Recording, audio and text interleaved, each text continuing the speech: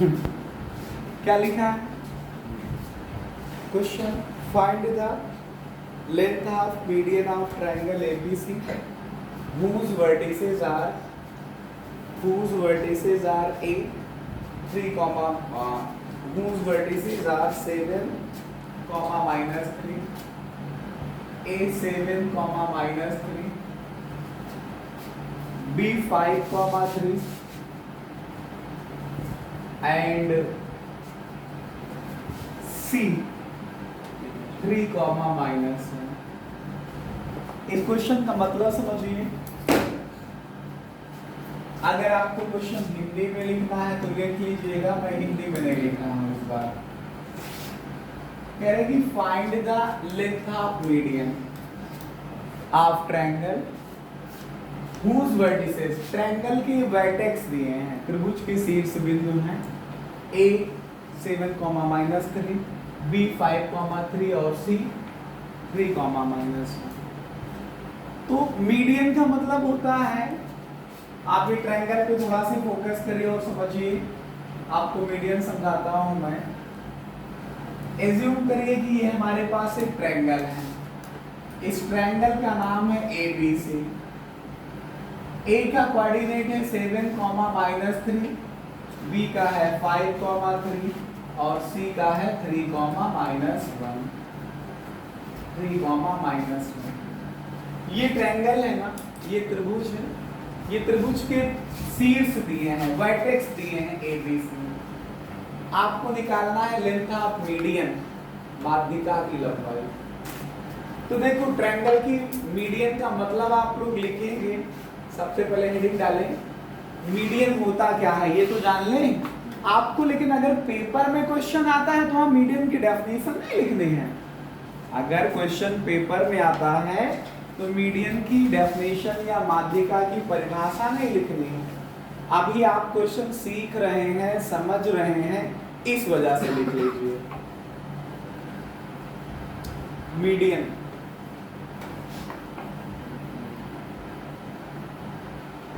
Median is a line segment of median is a line segment median is a line segment which is obtained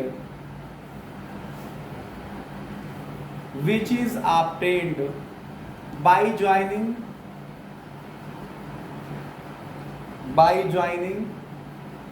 midpoint of a side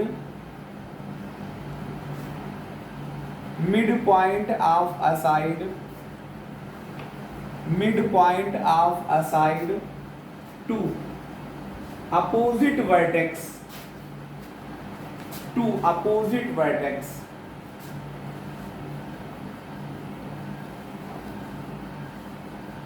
Hindi में लिखेंगे त्रिभुज के शीर्ष से सम्मुख भुजा के मध्य बिंदु को मिलाने पर प्राप्त रेखाखंड माध्यिका कहलाता है। त्रिभुज के शीर्ष से सम्मुख भुजा के मध्य बिंदु को, mid point of the sides मैंने लिखाया ना, बोलो। त्रिभुज के शीर्ष से सम्मुख भुजा के मध्य बिंदु को मिलाने पे प्राप्त रेखाखंड माध्यिका कहलाता है। मतलब समझ पाए कि मीडियन क्या है।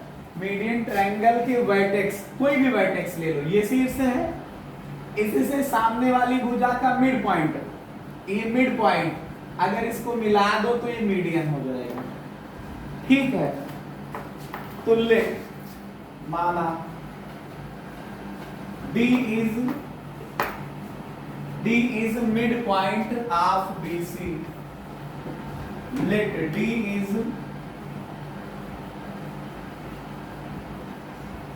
is mid point of BC।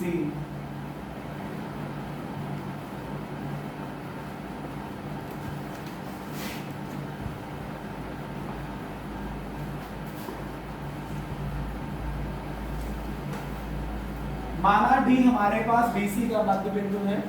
Hello समझिए, तो then coordinate of D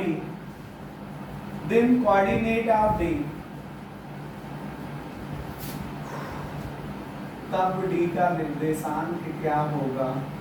mid point का फार्मूला मैंने आपको समझाया है। जैसे समझिए BC का मिड पॉइंट निकालना है, BC का मध्य बिंदु निकालना है, तो x1 प्लस x2 अपान 2, y1 प्लस y2 अपान 2, तो 5 प्लस 3/2 कॉमा 3 प्लस माइनस 1 और बटे 2।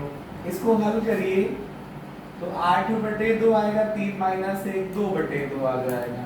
ये कितना आ जाएगा 4, 4, 1। ये कितना आ जाएगा 4, 1। तो ऐसे ही लेंथ ऑफ मीडियन AD निकाल सकते हो। Length of median AD, length of median AD, माध्यिका AD की लंबाई। डिस्टेंस फार्मूला लगाइए आप लोग। A और D के लिए डिस्टेंस फार्मूला लगाइए। डिस्टेंस फार्मूला क्या होता है x2 माइनस x1 का square plus y2 minus y1 का स्क्वायर। ये आपके पास x1 y1 हो गया। AD है ना, तो पहला पॉइंट x1 y1, ये हो गया x2 y2।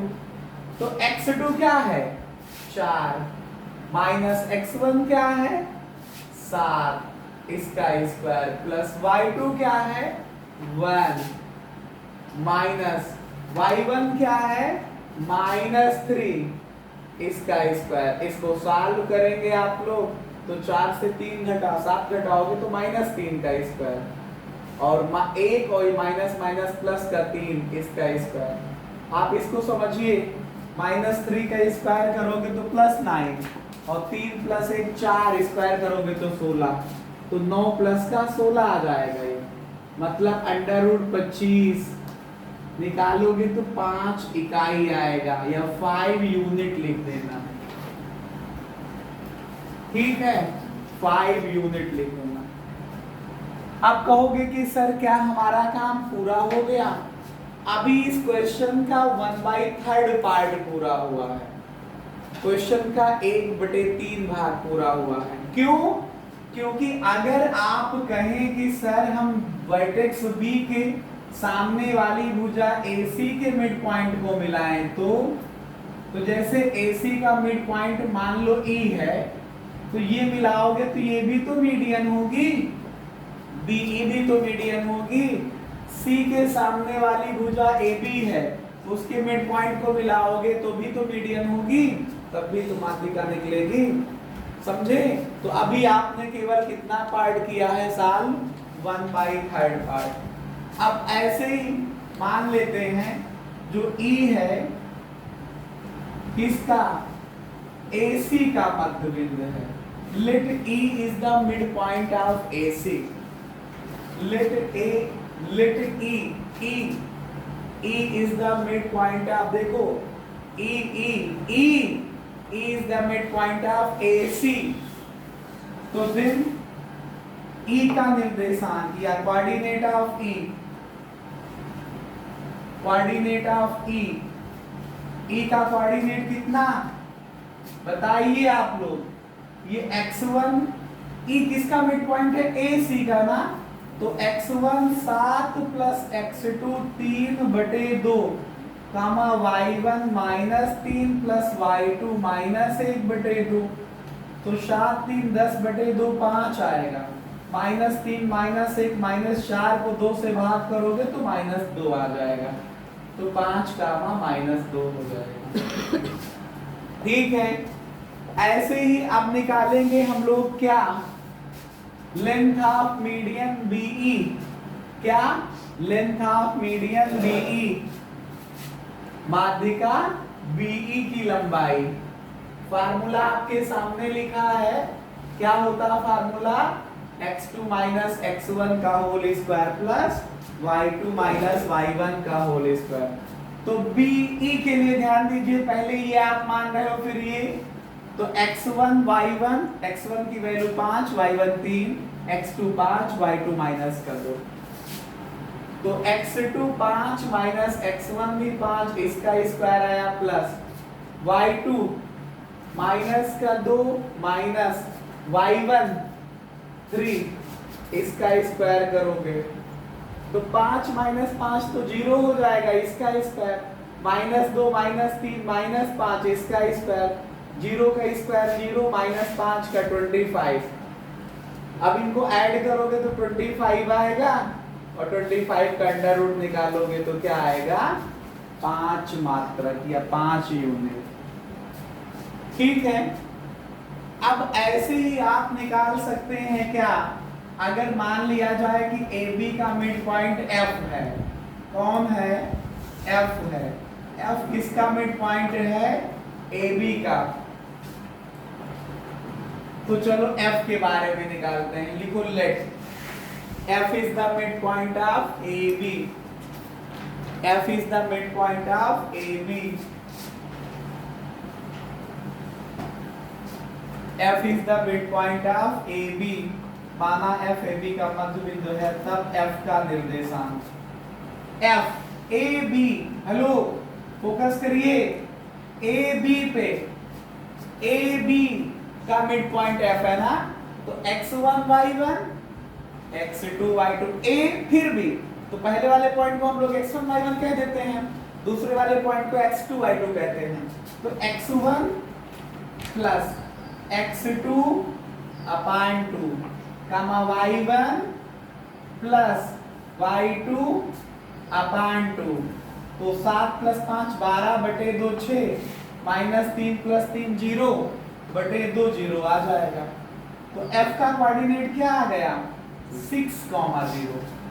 ठीक है, तो माध्यिका कौन हो गई median CF, hence length of CF, hence length of CF, hence length of CF, CF की लंबाई, लेंथ ऑफ मीडियन CF। अब CF के लिए फोकस करिए, CF पहला पॉइंट x1 y1 और ये दूसरा पॉइंट x2 y2, तो x1 3 है, y1 माइनस है, x2 6 y2 0, तो यहाँ फार्मूले में वैल्यू पुट करिए x2 माइनस x1 का स्क्वायर, x2 की वैल्यू 6 माइनस 3 इसका स्क्वायर प्लस y2 कितना हमारे पास बोलो 0 माइनस y1 कितना है माइनस 1 है, फिर इसका स्क्वायर 6 से 3 घटाओगे 3 आएगा, इसका square plus minus minus plus 1 इसका स्क्वायर, 3 का स्क्वायर 9 आएगा, 1 का 1 आएगा, अंडर रूट 10 आ जाएगा, तो ये कितना आएगा अंडर रूट 10 इकाई या यूनिट या मात्रक। तो तीनों मीडियन की लेंथ हमने आपको बता दी है, बात समझ पा रहे हैं, तीनों मीडियन की लेंथ हमने बताई है। ऐसा क्वेश्चन आपके बोर्ड एग्जाम में पूछा जा सकता है। और एक बात और मैं आपको बता दूं आपकी जानकारी के लिए कि जब आप क्लास 11th में मैथ पढ़ रहे होंगे तो फिर वहां एक रिलेशन है स्ट्रेट लाइन, सरल रेखा, वहां पे भी ट्रायंगल की मीडियन निकाली जाएगी ऐसे। तो ये मीडियन से तुम्हारा नाता पहली बार नहीं है, क्लास 11th में भी पूछा जाएगा। कभी कभी तो ऐसे होगा, कभी कभी तो ट्रायंगल की जो साइड है ना उनके मिड पॉइंट दे दिए जाएंगे और कहा जाएगा वर्टेक्स बताओ। त्रिभुज की 3 भुजाओं के मध्य बिंदु दे दिया जाएगा और पूछेगा क्या क्या बताओ, त्रिभुज के शीर्ष मतलब ट्रायंगल के वर्टेक्स बताओ। ठीक है, आज हमने जो भी क्वेश्चन किया ये वर्टेक्स दिए थे तो मिड पॉइंट निकाले हैं। कल क्वेश्चन ये आएगा या इसके बाद क्वेश्चन मैं कराऊंगा कि जब मिड पॉइंट दिए होंगे तो ट्रायंगल के वर्टेक्स बताओ। ठीक है, इसी सीरीज का अगला क्वेश्चन जो मैं आपको बता रहा था, आप लोग लिखिए।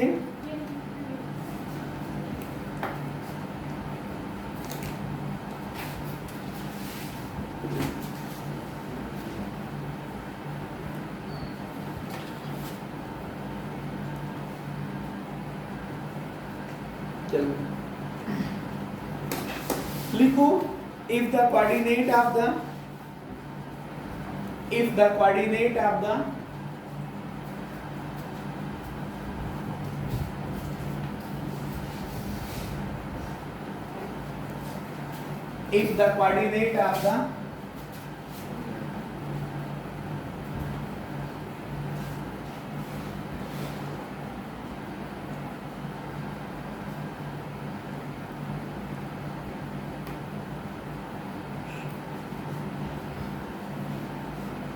coordinate of the midpoints of the sides of triangle are 1, 2, 1, 2, 0, 1, 0, 1, 0, -1 है and 0, -1 है and 2, -1, 2, -1. Then find the coordinate of its vertices.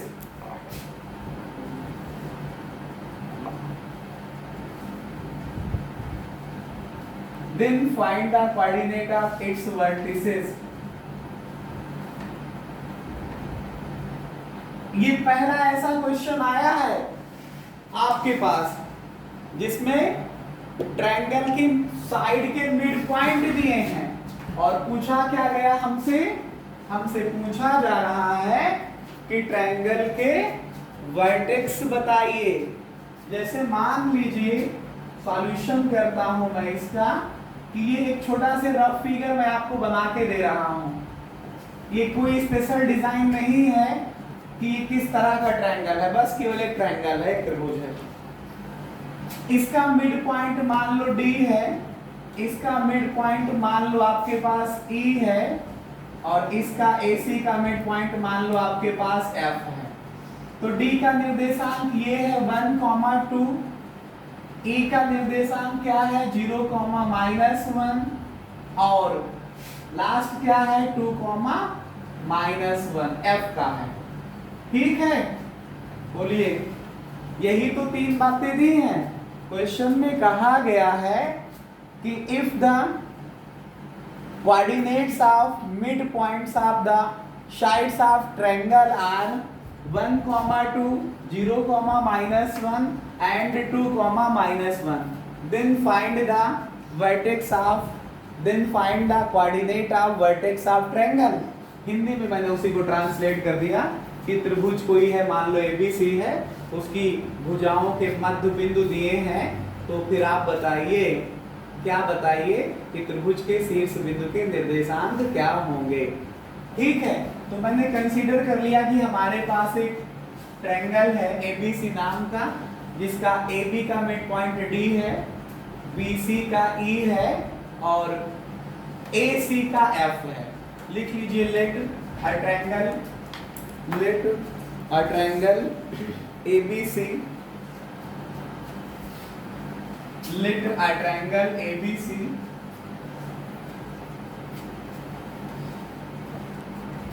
in which midpoint of AB is D, midpoint of AB is D, midpoint of AB is D, D के आगे उसका coordinate लिखना 1, 2। ये जो नाम होते हैं कैपिटल लेटर से लिखे जाते हैं, जैसे ABCD आप कैपिटल लेटर लिखोगे इंग्लिश का, D 1, 2 and let mid point of CB is E, mid point of CB is E 0, -1, mid point of CB is E 0, -1 and midpoint of AC is F 2, -1, midpoint of AC is F 2, -1। ठीक है, also let माना, और भी मैंने मान लिया, क्या मान लिया, also let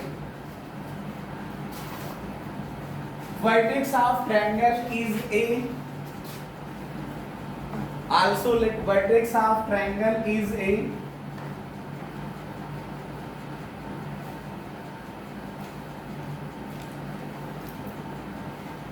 x1 comma y1, b x2 comma y2 and c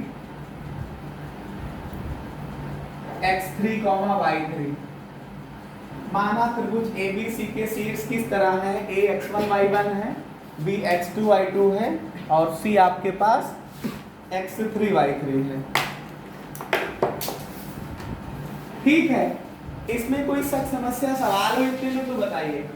इसका कोऑर्डिनेट आपके पास x1 कामा y1 है, इसका कोऑर्डिनेट x2 कामा y2 है और इसका कोऑर्डिनेट x3 कामा y3 है।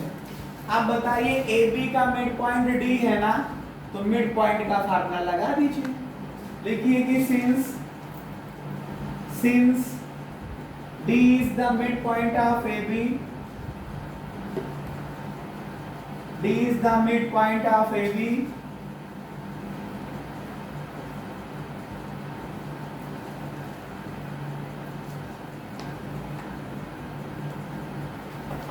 तब AB का मध्य बिंदु D है, तो मिड पॉइंट वाला फार्मूला आप लगाइए। मिड पॉइंट का फार्मूला लगाइए, देखिए समझिए। हेलो, x1 प्लस x2 अपान 2 करोगे तो ये x आ जाएगा बीच वाला, तो आएगा आपके पास x1 प्लस x2 अपान 2 की वैल्यू क्या 1, और ऐसे ही y1 प्लस y2 अपान 2 करोगे तो बीच का ये 2 आ जाएगा। ये समझ पा रहे हैं आप लोग? इसको क्रॉस मल्टीप्लाई करिए, x1 प्लस x2 की वैल्यू 2 आ जाएगी, इसको समीकरण 1 मान लीजिए, और यहाँ से y1 प्लस y2 की वैल्यू 2 को इधर ले जाइए, 4 हो जाएगा, गुणा में जाएगा, ये समीकरण 2 हो जाएगा। ठीक है, बोलो। इसी तरह से और निकालेंगे हम लोग, क्या निकालेंगे कि is the midpoint of BC, लिखिए is the midpoint of BC,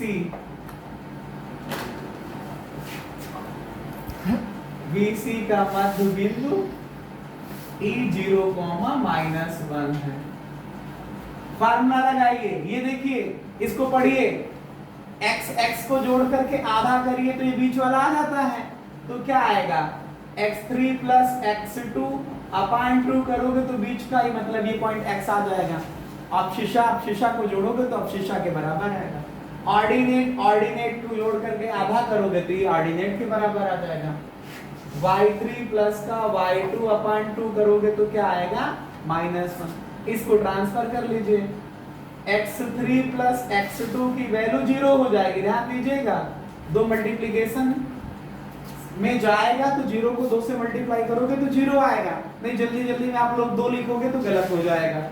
ये इक्वेशन नंबर 3 मान लीजिए, और इधर y3 प्लस y2 की वैल्यू -2, ये इक्वेशन नंबर 4 मान लीजिए। ऐसे ही अब इतना करने के बाद हम लोग करेंगे, F की तरफ पहुंचेंगे। F is the midpoint of AC, F is the midpoint of AC, F is the midpoint of AC।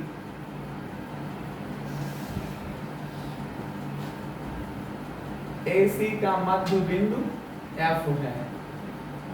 तब देखिए F के लिए एब्सिशा प्लस एब्सिशा बटे 2 बराबर एब्सिशा, तो मतलब x1 प्लस क्या है x3 बटे 2 बराबर कितना है 2 आ जाएगा, और y1 प्लस y3 बटे 2 करोगे तो -1 आ जाएगा। ये ordinate plus ordinate upon 2 is equal to ये ऑर्डिनेट बीच वाला। यहां से x1 प्लस x3 की वैल्यू 2 से 2 को गुणा में ले जाओ, 4 आ जाएगा, इक्वेशन नंबर 5 बन जाएगी। और यहां से y1 प्लस y3 निकालोगे तो -2 आ जाएगा, इक्वेशन नंबर 6 आ जाएगी। अब थोड़ा से ध्यान दीजिए, आपके पास x1 y1 में दो वेरिएबल, x2 y2 में दो वेरिएबल, x3 y3 में भी दो वेरिएबल हैं, कुल मिला के 6 वेरिएबल हैं और सॉल्व करने के लिए 6 इक्वेशन दी। आप पहले को आप तीसरे को आप पांचवें को देखिए, x वाली इक्वेशन है, दूसरा चौथा छठवां जो है वो y के लिए है, पहले में x1 x2, तीसरे में x2 x3, पांचवें में x1 x3। आप इनमें से किसी दो को हल करोगे तो एक कटेगा, एक बच जाएगा। इसके लिए हमने आपको एक आसान सा तरीका बताया है। जैसे मान लीजिए x1 प्लस x2 बराबर 2 है, इन दोनों को ऊपर नीचे लिख के घटा दीजिए, x3 कट जाएगा, x2 x1 बच जाएगा, बराबर जो भी आना होगा आ जाएगा।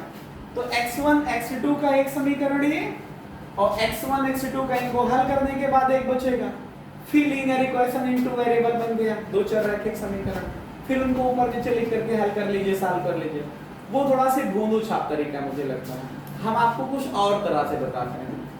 अब पहली इक्वेशन, तीसरी इक्वेशन और पांचवी इक्वेशन को देखिए ध्यान से।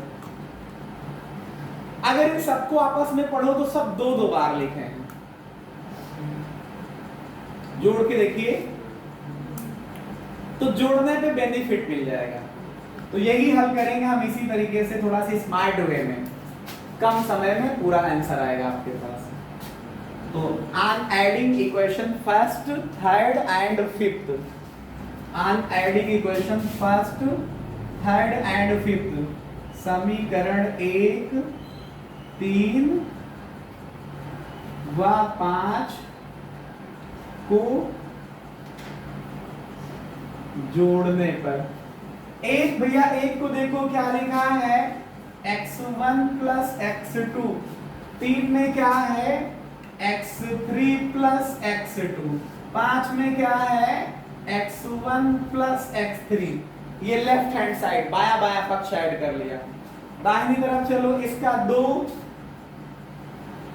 इसका 0, इसका 4, इन सबको ऐड करो तो 2 बार x1 हुआ, 2 बार x3 हुआ और 2 बार x2 भी है, बराबर 2 4 ऐड करो तो 6, 2 से सबको भाग कर दो, x1 plus x2 plus x3 बराबर 3 आ जाएगा। ये समीकरण, इसको 7 मान लीजिए।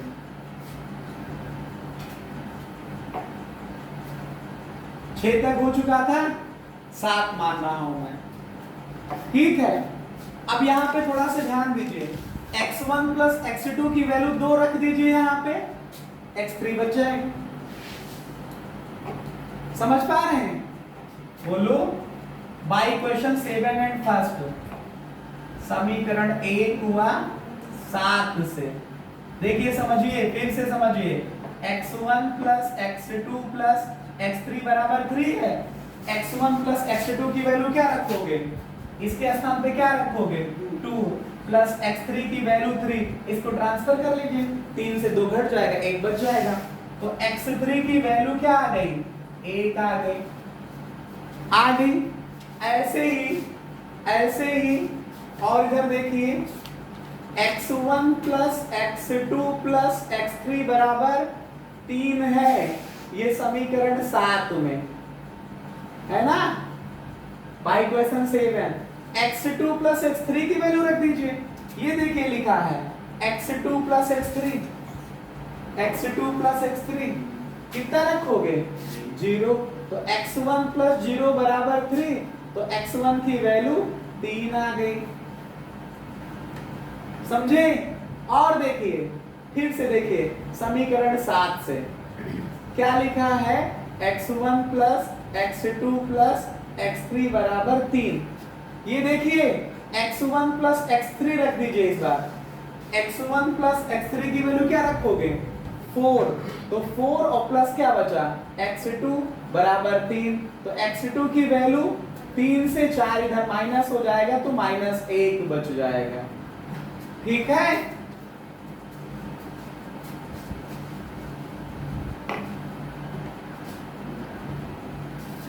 ऐसे ही काम आपको करना है।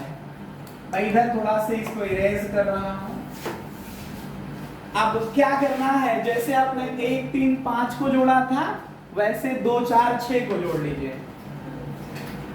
On adding equation second 4 and 6, समीकरण 2 4 व समीकरण 6 को जोड़ने पर क्या आएगा?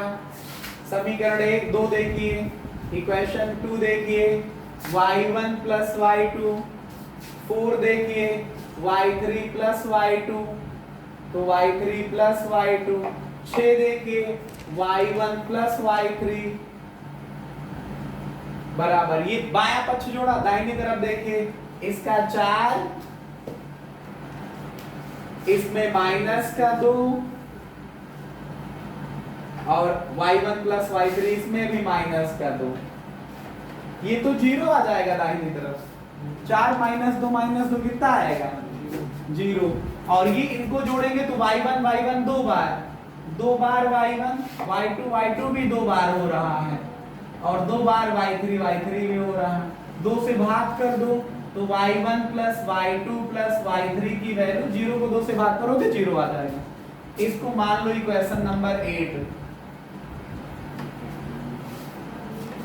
मान लो इसको इक्वेशन नंबर 8, ठीक है। इधर मैं इसको मिटा रहा हूं। अब आप थोड़ा सा ध्यान दीजिएगा, इधर मैं लिख रहा हूं यहां पे y1 plus y2 plus y3 की वैल्यू 0 है। कहां से? बाय इक्वेशन 8, समीकरण 8 से मैंने लिखा। यहाँ y1 प्लस y2 की वैल्यू 4 है, y1 प्लस y2 की वैल्यू 4 रखिए तो प्लस y3 की वैल्यू 0, तो y3 की वैल्यू यहाँ से -4, ठीक है। अब फिर देखिए समीकरण 4 को फिर से देखिए, y1 plus y2 plus y3 की वैल्यू 0, ये समीकरण नंबर 8 है, बाय इक्वेशन 8 ये लास्ट में निकाला मैंने। इस बार y2 प्लस y3 की वैल्यू रखी, y2 प्लस y3 आपके पास आया था कितना? -2। देखिए आपकी कॉपी में लिखा है इक्वेशन नंबर 4 पे y2 प्लस y3 की value y1 plus y2 plus y3 -2 बराबर 0, तो y1 की वैल्यू ट्रांसफर कर लीजिए माइनस से प्लस में चला जाएगा, 2 आ जाएगा। ऐसे ही फिर देखिए समीकरण नंबर कौन सा? 8 से क्या है? y1 plus y2 plus y3 की वैल्यू 0। इस बार y1 प्लस y3 रखिए, y1 प्लस y3 को आपने निकाला इक्वेशन नंबर 6 में, -2 है तो y1 प्लस y3 के स्थान पे -2 रखिए, प्लस y2 बराबर 0, तो यहाँ से y2 की वैल्यू 2 आ जाएगी, ठीक है। जब इस तरह से सभी निकल आए x1 x2 x3 y1 y2 y3, जब ये सभी वैल्यू निकल आए तो थोड़ा से चकित तो होकर के वैल्यू रखने की जरूरत है। हेंस वर्टेक्स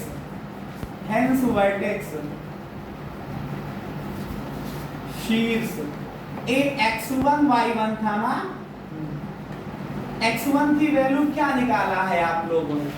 x1 की वैल्यू निकाला है 3, y1 की वैल्यू क्या निकाला है? 2। दूसरा b x2 y2, x2 की वैल्यू क्या निकाला है हम लोगों ने? -1, y2 की वैल्यू क्या निकाला है? 2, और c x3 y3 is equal to x3 की वैल्यू क्या निकाला है हम लोगों ने? x3 की वैल्यू क्या निकाला था? अभी आप लोगों ने निकाला है x3 की वैल्यू 1, y3 की वैल्यू निकाला गया है -4, निकाला गया है ना। यही आपका सॉल्यूशन हो जाएगा। बात समझे?